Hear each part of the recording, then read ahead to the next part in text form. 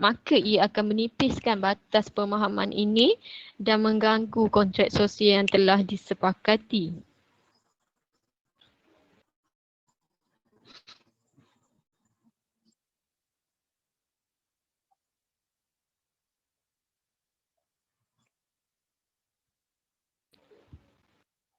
Seterusnya, isu-isu yang membangkitkan kemarahan orang Melayu. Seterusnya, yang kedua adalah agama Islam yang mana isu azan membangkitkan kemarahan orang. Justru saya buka kepada sidang ataupun sesi soal jawab. Dipersilakan.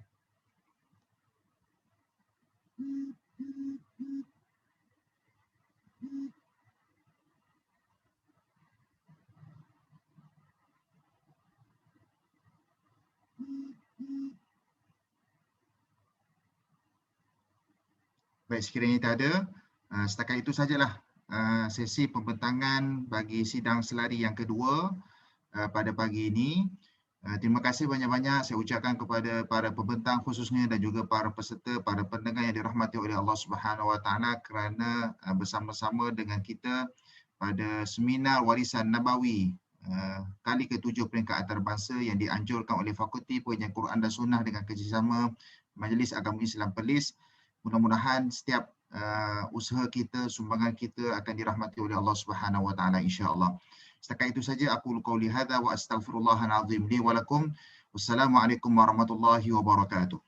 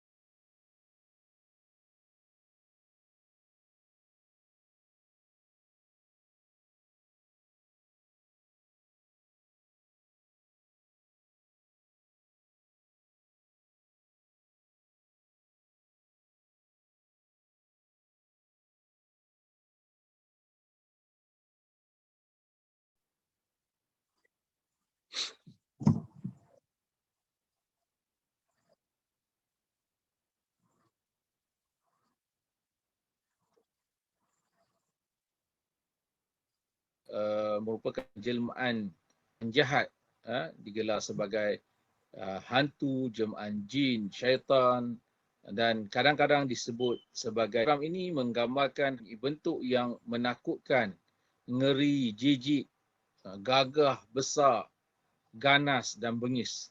Ianya memberi perspektif yang salah tentang dorong manusia akan merasa lemah, kerdil.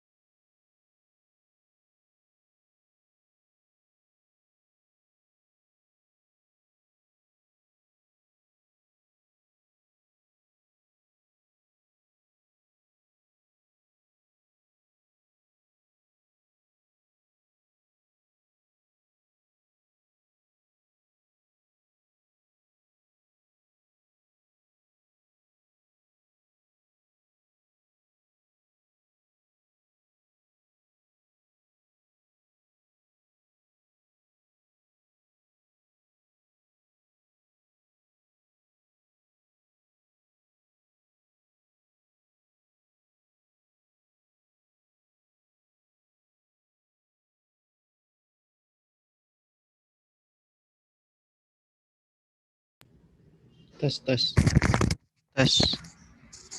Tak ada kehidupan.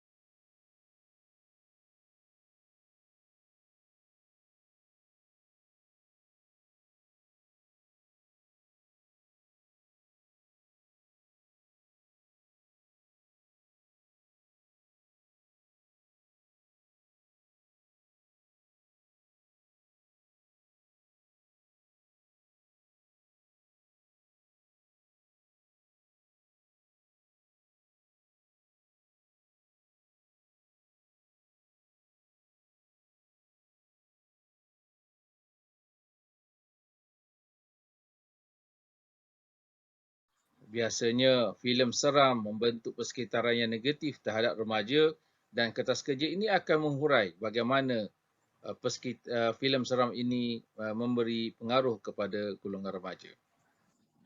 Bagi melihat perkaitan kepercayaan kepada hantu yang dipaparkan di dalam filem seram dan sejauh mana ianya memberi kesan terhadap psikologi remaja ataupun perkembangan jati diri remaja, satu kajian kuantitatif dijalankan bagi menjawab persoalan tersebut. Satu set soalan, soal selidik digunakan menggunakan skala Likert 5 mata dan sampel diedarkan dalam kalangan 385 remaja di dua kawasan iaitu di Rompin, Pahang, itu bagi sampel luar bandar, dan juga Putrajaya dan Cyberjaya bagi sampel bandar. Dan data yang dikumpul telah menunjukkan ianya boleh dipercayai dengan 84% reliability data dan juga dari segi analisa data menggunakan kaedah deskriptif.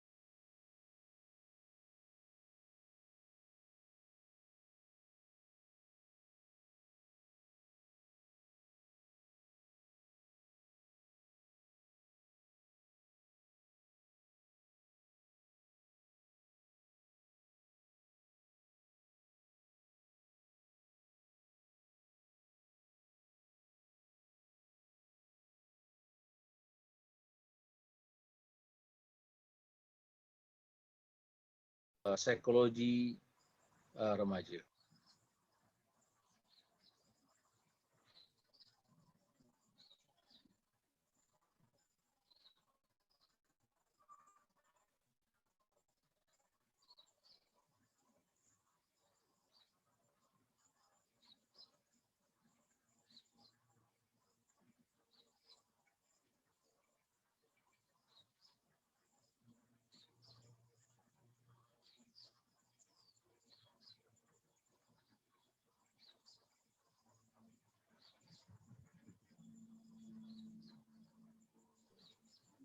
Dr. Zodi. Perkembangan remaja. Ya. Boleh pause kejap video tu betul play balik supaya dia jalan. Macam dia hang. Okay, play balik. Dia Perasaan memang suara takut tak keluar. Sebentar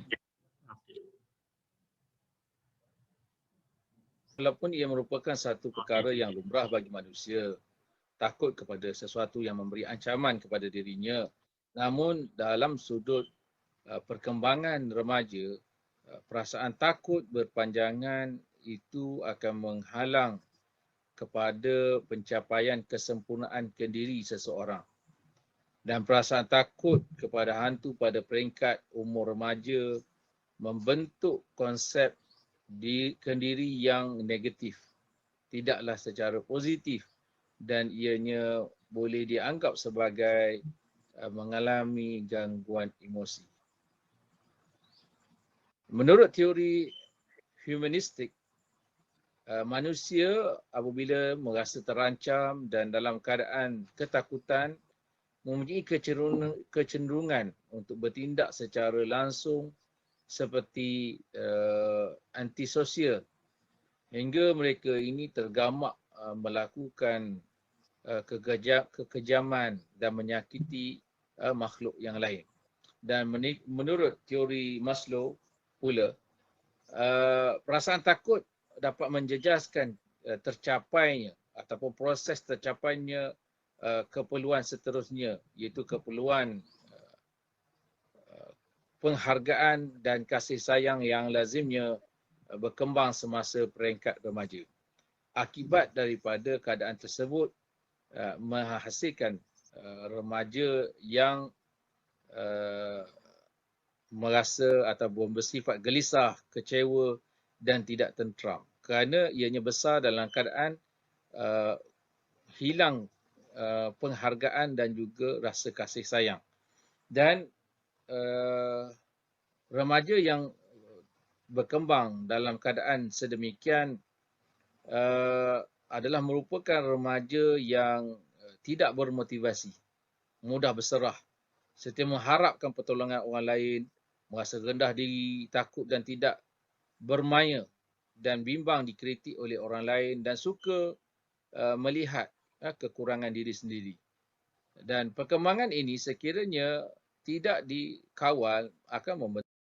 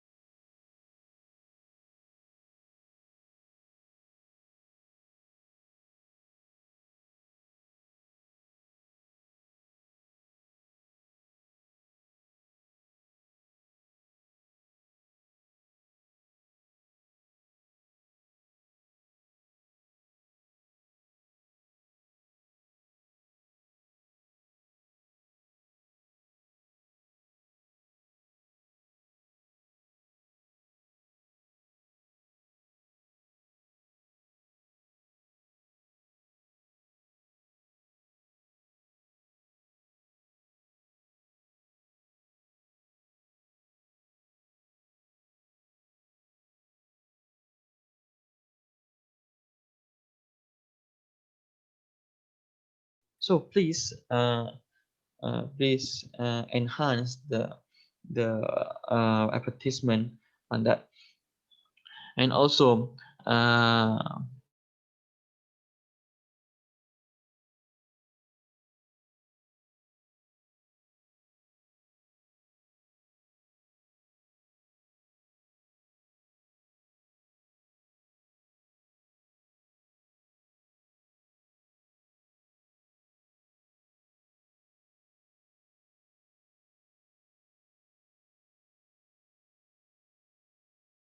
is enough.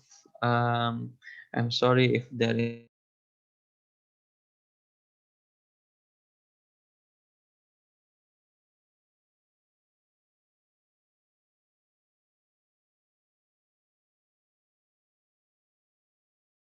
لا سيما في النواحي الفكرية والعلمية، وقد تركوا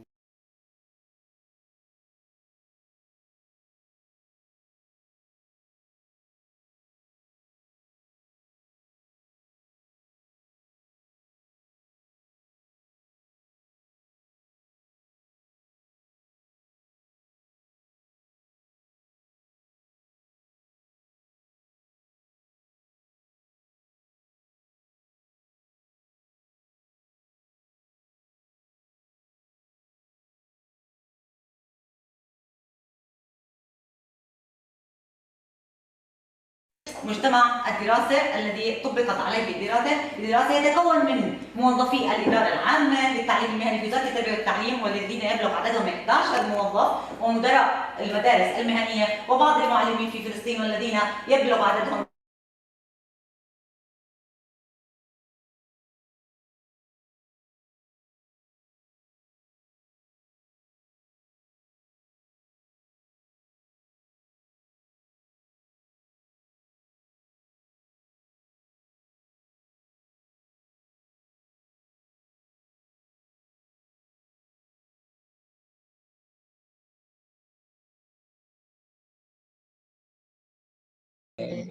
Rosaiza.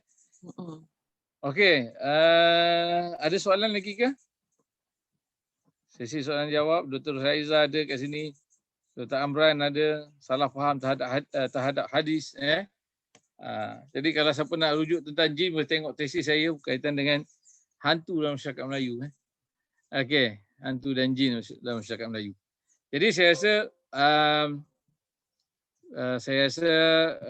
kalau tak ada soalan, kita tangguh dulu ataupun kita akhiri dulu sesi ini. Ya saya.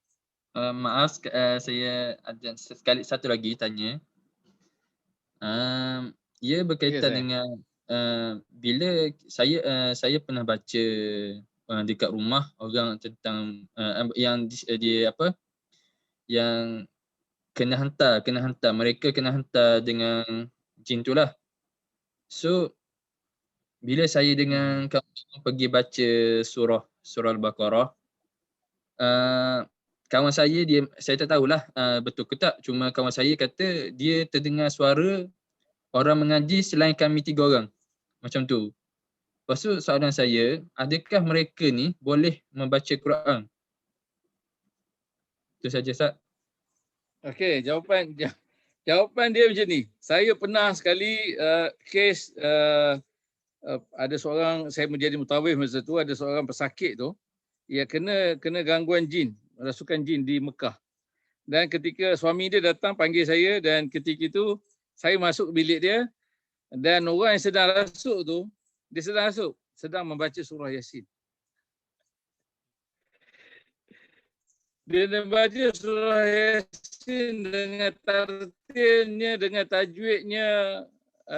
Jadi menyebabkan saya tak jadi nak baca ayat Quran kepada pesakit tersebut, tapi jin pun boleh baca ayat Quran sebenarnya. Okey, jin pun boleh membaca ayat Quran dan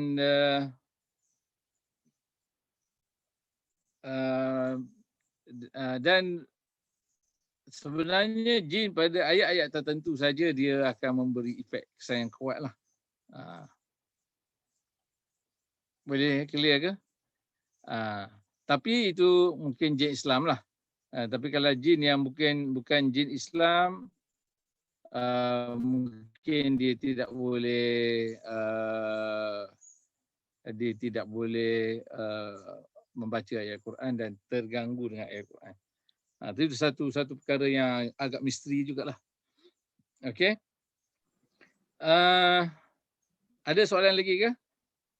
Saya rasa saya kena akhiri sesi ini kerana ada sedikit masalah teknikal dekat sini, kat saya ni. Dan saya rasa ada soalan ke?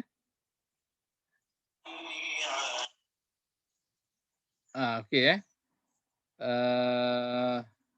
Jadi saya rasa saya akan akhiri dengan kita tutup dulu, tangguh dulu sesi kita pada hari ini dengan membaca tasbih, kafarah dan surah An-Nas.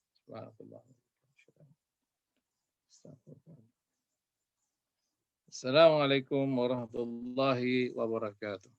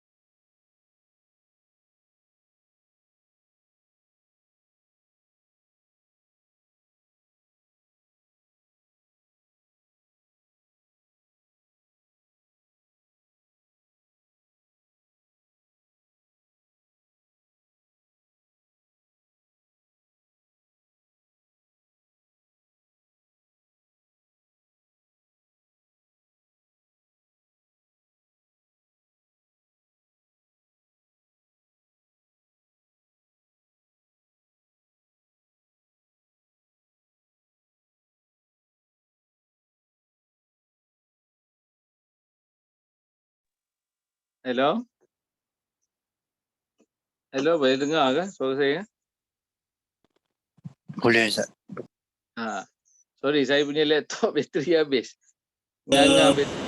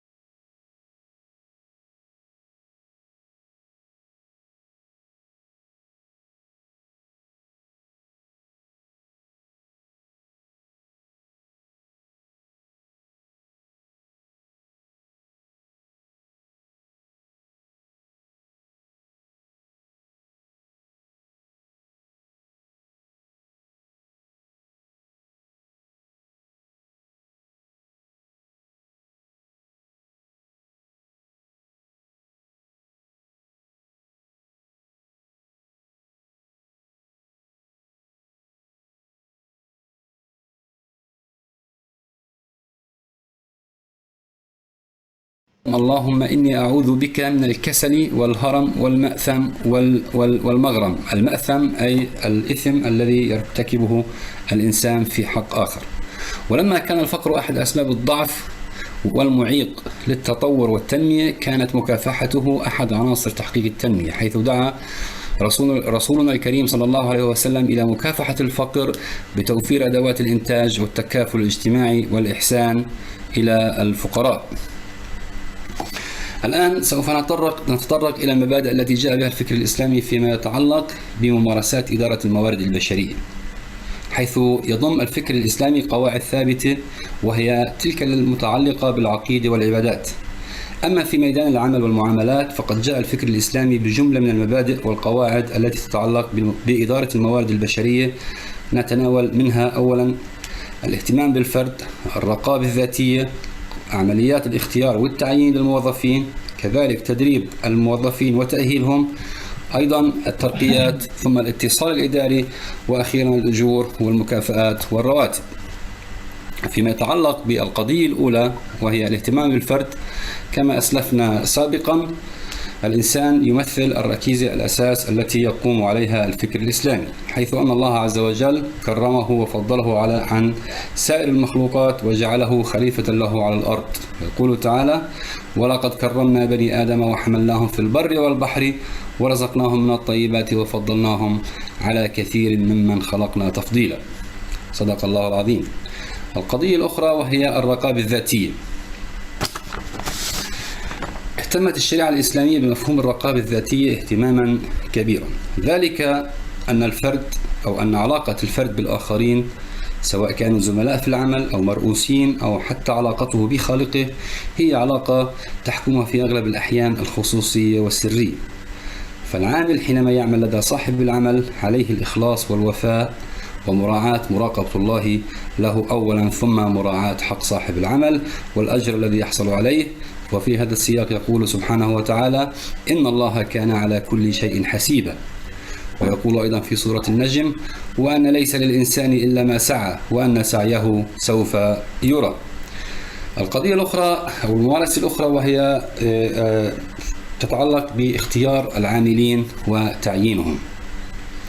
ترتبط عملية الاختيار والتعيين بالفكر الإسلامي الإداري باختيار الشخص الأفضل والأصلح لشغل الوظيفة وإسناد الأمر إلى من يمكنه تقديم أفضل أداء. ويقول تعالى على لسان النبي يوسف عليه الصلاة والسلام: قال اجعلني على خزائن الأرض إني حفيظ عليم. وكما يقول تعالى أيضا على لسان ابنة النبي شعيب عليه السلام: قالت إحداهما يا أبتي استأجره إن خير من استأجرت القوي الأمين. وهي تقصد بذلك أو قد حددت في قولها ذلك شرطان لاختيار العاملين: الأمانة والقوة. القضية الأخرى وهي التدريب والتأهيل.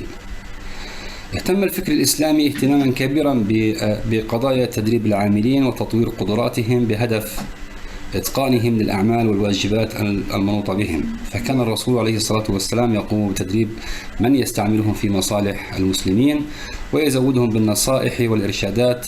وكذلك الحال فيما يخص الخلفاء الراشدين من بعده، كانوا دائما يحرصون على الاجتماع بولاتهم من مختلف المناطق لتبادل الآراء في المواقف والمشكلات المختلفة وبحث سبل مواجهتها وعلاجها، وأيضا تصحيح الأخطاء التي كان يقع فيها ولاتهم. وهذا دليل على أن التدريب موضوعا غاية في الأهمية لتطوير الأداء وتحسين الأداء ويحقق نتائج إيجابية على صعيد الفرد وعلى صعيد المؤسسة التي يعمل بها. فالتدريب هو عملية نقل المعرفة إلى العاملين بغية تغيير سلوكهم نحو الأفضل لإنجاز الأهداف التي يسعون إلى تحقيقها والتي ترتبط باستراتيجية المؤسسة ككل. القضية الخامسة وهي الترقية.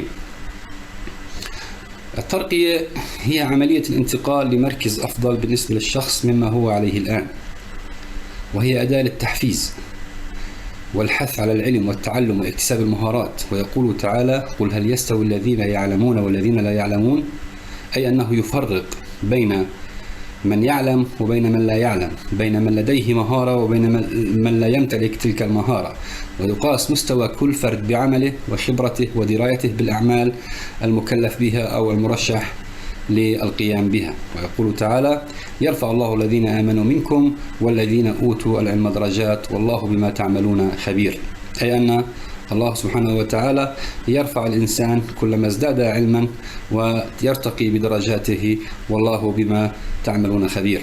والترقية هي سنة الحياة لقوله تعالى: وتلك الأيام نداولها بين الناس.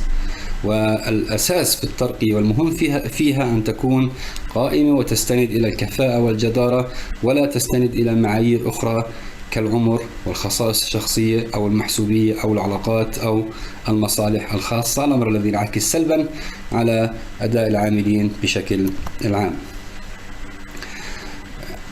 القضية الأخرى وهي الاتصال الإداري، والاتصال بمختلف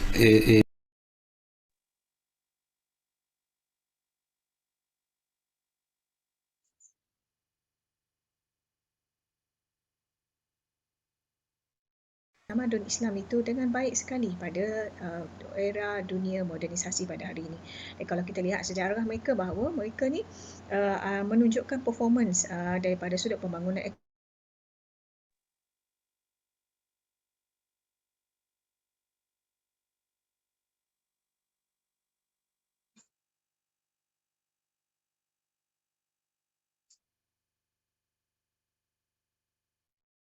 أيضا وإذا حييتم بتحية فحيوا بأحسن منها أو ردوها. القضية الأخرى وهي الأجور والحوافز أو المكافآت. بين الدين الإسلامي أهمية الحوافز في زيادة اجتهاد العاملين وتحسين أدائهم ورفع مستوى إنتاجيتهم. هذا الأمر بالتأكيد يعود بالنفع والمصلحة الفرد والمجتمع وثم على المنظمة طبعا، حيث جاء في القرآن الكريم إن الذين عملوا الصالحات إنا لا نضيع أجر من أحسن عملا.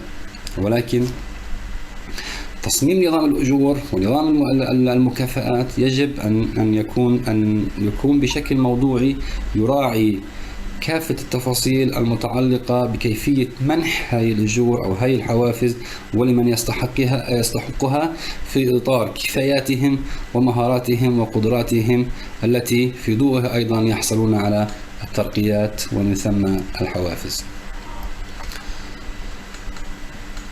النتائج، يعني في إطار استعراض ما تم من خلال هذه الدراسة وصلنا إلى النتائج التالية. أولا أو النتيجة الأولى أن الفكر الإسلامي ينظر إلى الفرد العامل نظرة شاملة من خلال اهتمامه بكافة الأنشطة البشرية وتعزيزها وإصلاحها وتسخيرها لخدمة الناس ليستفيدوا بها في حياتهم ليتزودوا أيضا كذلك بالتقوى. النتيجة الأخرى أن الاهتمام بالفرد يمثل الركيزة الأساس التي يقوم عليها الفكر الإسلامي، حيث أن الله عز وجل كرمه على كل مخلوقاته وجعله خليفة له في الأرض. النتيجة الثالثة وهو أن الشريعة الإسلامية سبقت غيرها من القوانين الوضعية، وهذا موضوع غاية في الأهمية.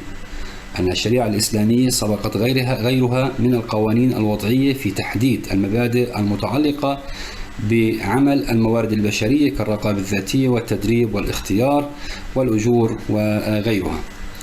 أيضا أن الفكر الإسلامي أضاف بعدا جديدا للموارد البشرية يرتكز على العدل وتكافؤ الفرص واختيار العامل والاهتمام به وتدريبه وتحفيزه بما يحقق أهدافه وأهداف المؤسسة على حد سواء.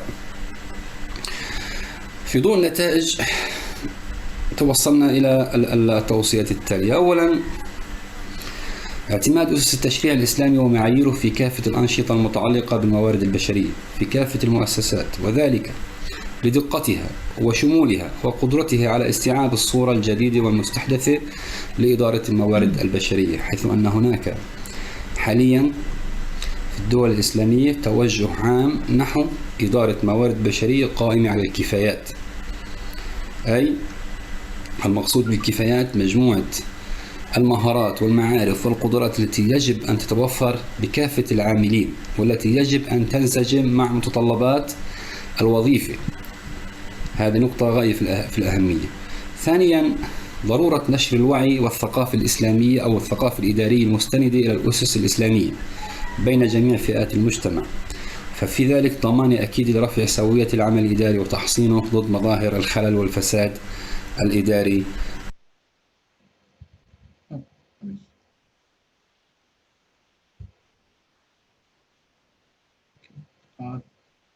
Terima kasih diucapkan kepada Encik Khalid Musa Muhammad At-Tamizah atas pembentangan beliau itu tadi yang bertajuk Idaratul Mawarid Al-Bashariyah min Manzur Islami.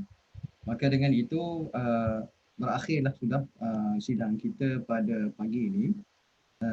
Saya mengucapkan ribuan terima kasih kepada semua pembentang iaitu Profesor Madya Dr. Khairul Anwar bin Muhammad, Dr. Muhammad Asmadi Yaakob, Dr. Muhammad Arif bin Musa, Encik Ahmad Salahuddin bin Azizan, Encik Anissa Jamil Abdullah Nasir dan juga Encik Khalid Musa Muhammad At-Tamizah.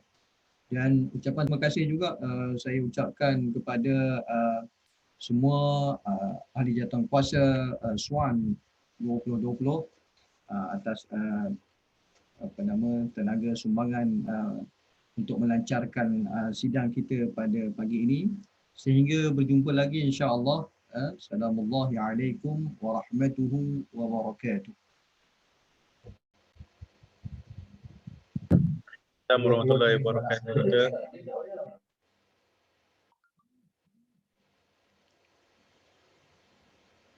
Encik Faizal, saya boleh leave, boleh keluar ke? Boleh dah Doktor. Boleh leave room. Okey. Terima kasih semua Leave room. Okey, terima kasih semua. Assalamualaikum warahmatullahi wabarakatuh.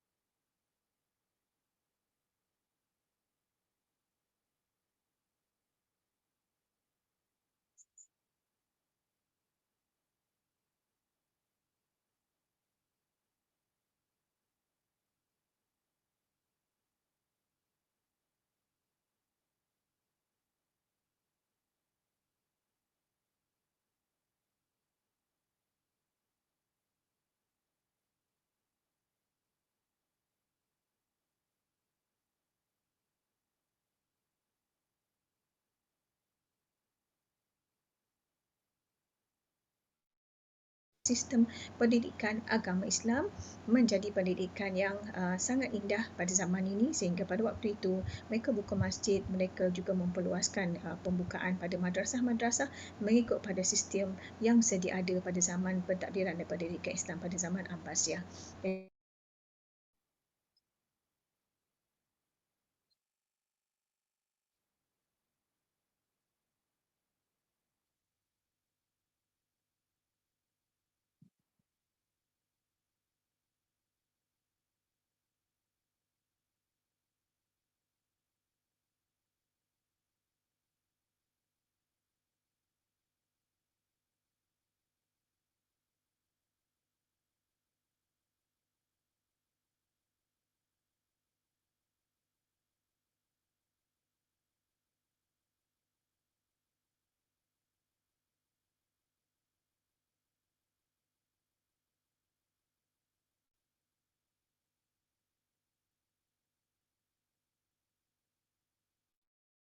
Sehingga pada ketika jatuhnya Konstantinopel di bawah taklukan Sultan Muhammad Al-Fatih pada tahun 1453, pada waktu ini Sultan Muhammad Al-Fatih berjaya menawan kota Byzantin yang terakhir iaitu Konstantinopel, dan pada waktu ditadbir dan dibukanya Konstantinopel yang tadi, Sultan Muhammad Al-Fatih hanya menukarkan gereja yang kebanyakan gereja pada waktu itu dikekalkan fungsinya kecuali Hagia Sophia, yang mana Hagia Sophia satu-satunya gereja yang paling besar yang ditukarkan fungsinya menjadi sebuah masjid. Kemudian setelah pada pentadbiran Mustafa Kamal Atatürk, semua daripada kita maklum bahawa Mustafa Kamal Atatürk telah menukarkan masjid ini, Hagia Sophia ini telah ditukar menjadi muzium. Beberapa fasa sebelum itu bertukar alih menjadi muzium dan masjid. Kemudian pada fasa Mustafa Kamal Atatürk telah ditukar menjadi muzium, dan sehinggalah pada baru-baru ini alhamdulillah Hagia Sophia akhirnya kembali menjadi masjid dan dijadikan sebagai ruangan solat. Dan pada ketika zaman Sultan Muhammad Al-Fatih, beliau telah memperbaiki sistem perdagangan dan perairan dalam bandar di kawasan seluruh Istanbul dan waktu pentadbiran itu dengan baik sekali. Sebab tu kalau kita tengok di Istanbul, bagi semua rakan-rakan yang pernah berpeluang ke Istanbul, ada suatu ruangan yang kita nampak dia macam tembok-tembok di sekeliling wilayah ataupun di sekitar Istanbul tu kan, tembok-tembok yang besar tu. Okey, sebenarnya di tembok itu adalah salah satu daripada saliran air yang disalurkan ke seluruh penduduk-penduduk yang ada di wilayah sekitar Istanbul pada zaman tu.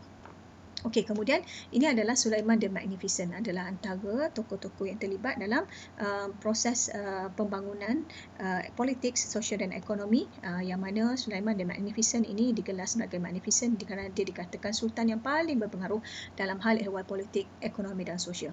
Beliau pernah mentadbir pada tahun 1520 hingga 1566, meluaskan empayar sehingga ke Eropah, Hungary dan juga ke semenanjung tanah Arab, dan beliau digelar sebagai Sulaiman the bangsanya. Ini adalah antara bangunan yang pernah dibangunkan pada ketika zaman Sultan Sulaiman, dan pada tahun 1300 hingga 1700 three gunpowder empires dominate parts of the Europe, Afrika dan Asia, dan antaranya adalah pada ketika ini Ottoman Empire pada zaman 1300 hingga 1700 telah berjaya menguasai sebilangan besar wilayah yang ada sampai berjaya menguasai Constantinople, Aleppo, Alexandria, Tripoli, Tunis sampai ke Afrika, sampailah pergi sampai ke Vienna dan Baghdad.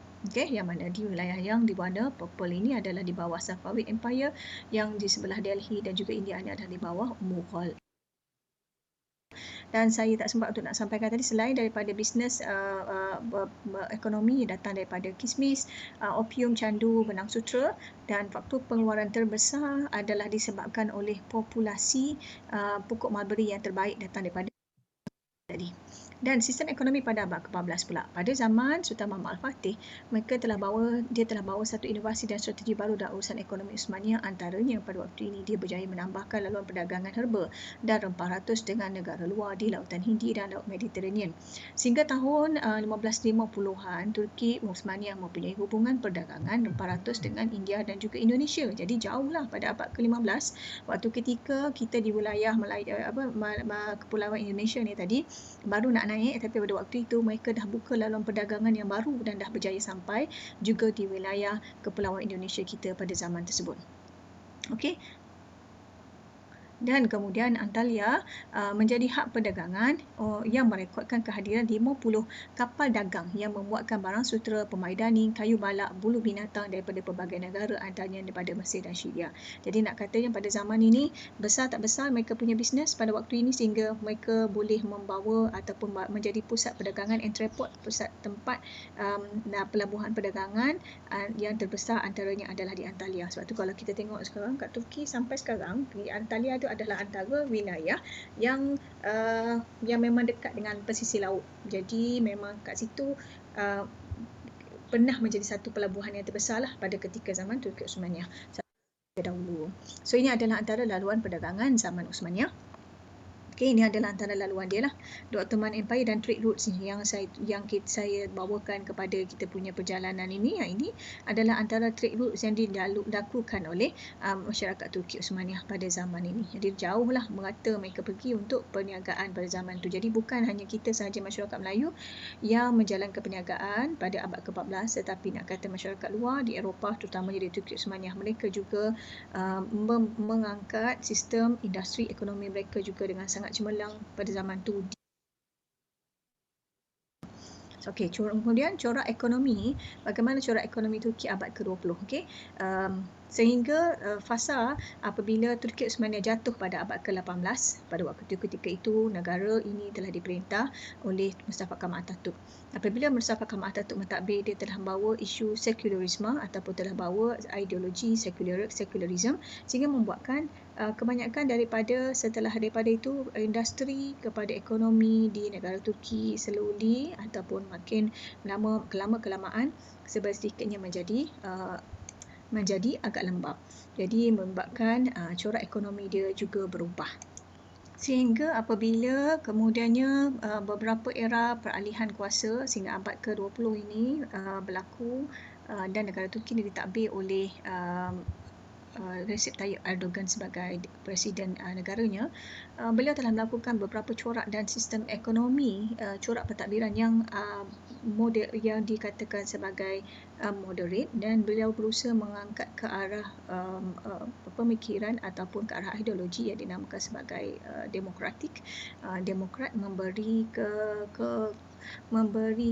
memberi kelebihan kepada rakyatnya untuk memberi suara ataupun menyampaikan pandangan mereka dan urusan tadbir urus negara, dan kerana itu juga Recep Tayyip Erdogan mendapat sumbangan dan juga corak sistem pentadbiran, langkahnya yang terbaik dalam sistem ekonominya. Jadi antara sistem ekonomi yang dia telah usaha untuk ubah adalah mempertingkatkan pelaburan dengan negara luar dengan jumlah yang lebih besar dalam sektor tenaga dan industri.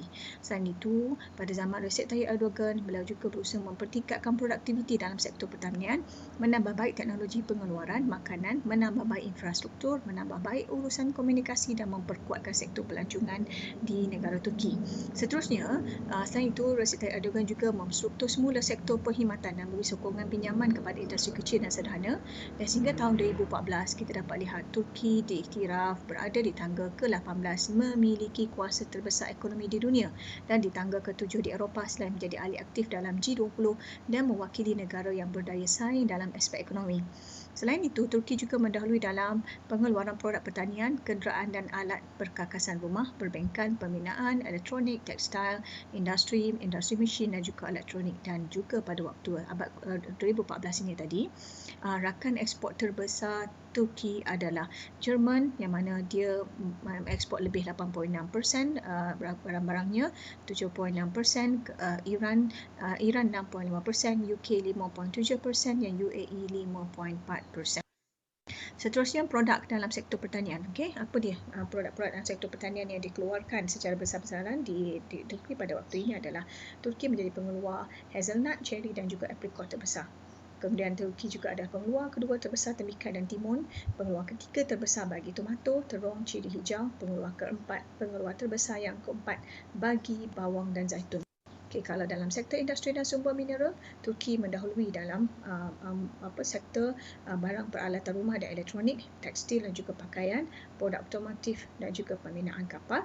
Seterusnya, bagi sumber mineral, Turki mendahului petroleum dan gas asli. Batu kabutilan baru-baru ini Allah kurniakan rezeki kepada negara Turki untuk memperoleh satu pelabuhan ataupun satu kawah, kita kata satu tempat yang sangat besar, di satu hotspot yang sangat besar di wilayah laut mereka, di dalam perairan mereka, dan insya-Allah dia akan mula diproses dan kebergantungan negara Turki selepas ini akan dapat digunakan lebih besar dan dapat mempertingkatkan ekonominya disebabkan penemuan gas asli yang mereka temui di dalam perairan laut mereka. Baru-baru ini baru keluar dalam berita, kata siap saya, tahun bulan 9 ataupun bulan 8 baru-baru ini. Dan juga Turki juga mendahului dalam tenaga geothermal, mineral seperti garam, besi, uranium, tembaga dan lain. Okey, kesimpulannya apa yang boleh saya sampaikan di sini bahawa apa yang cuba ingin kita lihat daripada transisi kepada pembangunan ekonomi ini, dia membawa satu kesimpulan yang jelas bahawa setiap daripada negara yang membangun, yang nak dibangunkan satu negara yang bertamadun perlu mempunyai asas ekonomi yang kukuh sebagai foundation kepada pembinaan negara bangsanya. Apabila satu-satu negara mempunyai ekonomi yang kukuh, maka dia akan berjaya. Apabila satu-satu negara berjaya dibangunkan dengan ekonomi dan sistem politik yang baik, maka dia akan berjaya membantu kedudukan sosial yang baik pada masyarakatnya dan akan membawa ke arah kehidupan sosial dan juga kehidupan keagamaan sekaligus juga dalam bentuk yang lebih aman dan lebih baik. Jadi nak memaklumkan kepada kita semua, apabila satu-satu daripada pembangunan ekonomi ataupun yang kita lihat contohnya bagi negara Turki, mereka bukan hanya ada pengalaman untuk membangunkan negara mereka pada abad ke-18 atau abad ke-19, tetapi mereka telah pun mempunyai pengalaman untuk menjadi orang yang sangat hebat dalam proses perniagaan dan perdagangan pada zaman pentadbiran Turki Utsmaniyah lagi. Jadi mereka membawa kehebatan mereka ataupun kehandalan mereka dalam sistem ekonomi ini dilanjutkan lagi sehingga pada zaman sekarang, sehingga akhirnya Turki menjadi diketuai oleh ketua negara yang baik seperti Erdogan, dan dan akhirnya ini dapat dibuktikan apabila Turki sampai sekarang pun menjadi antara negara yang diiktiraf sebagai negara penyumbang kepada dana yang terbesar bagi membantu negara-negara di luar sana. Antaranya adalah di negara Syria, Somalia, Rohingya dan juga di Palestin. Kalau kita tengok pun juga Turki sampai sekarang juga antara the top biggest donor country yang mana disebut dekat dalam CNN pada tahun 2013 lagi bahawa Turki pada ketika tahun 2013 Turki berjaya menyumbang dan mampu menyumbang lebih daripada 665 million pound hanya untuk disalurkan kepada bantuan kemanusiaan. Jadi kita juga sebagai salah satu daripada pengajaran ataupun salah satu daripada maklum balas kepada kita sebagai orang Islam ataupun masyarakat Islam sebagai salah satu daripada foundation, nak beritahu pada kita foundation dalam pembinaan ekonomi, jihad ekonomi juga adalah sebahagian daripada jihad yang terbaik dalam membangunkan sebuah negara bangsa, kerana apabila negara kita mampu membina ekonomi yang baik maka kita juga mampu untuk membantu Muslim di negara lain juga dengan bentuk yang lebih cemerlang juga dalam sistem ekonominya. Jadi salah satu daripada negara yang boleh kita contohi sistem ekonomi yang baik ini adalah antara negara Turki.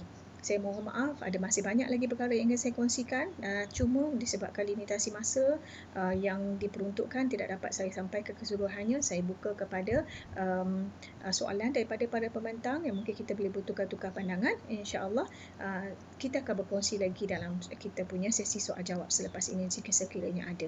Terima kasih banyak kepada semua para pembentang yang sudi untuk mendengar pembentangan saya pada hari ini. InsyaAllah kita akan mendengar. Saya alu-alukan jika ada soalan daripada semua para pembentang. Terima kasih. Assalamualaikum warahmatullahi wabarakatuh. Okey, saya buka untuk sesi soalan. Boleh siapa sahaja boleh tanya direct kepada Dr. Nurul Wahidah kerana Dr. Nurul Wahidah ada di dalam sesi ini.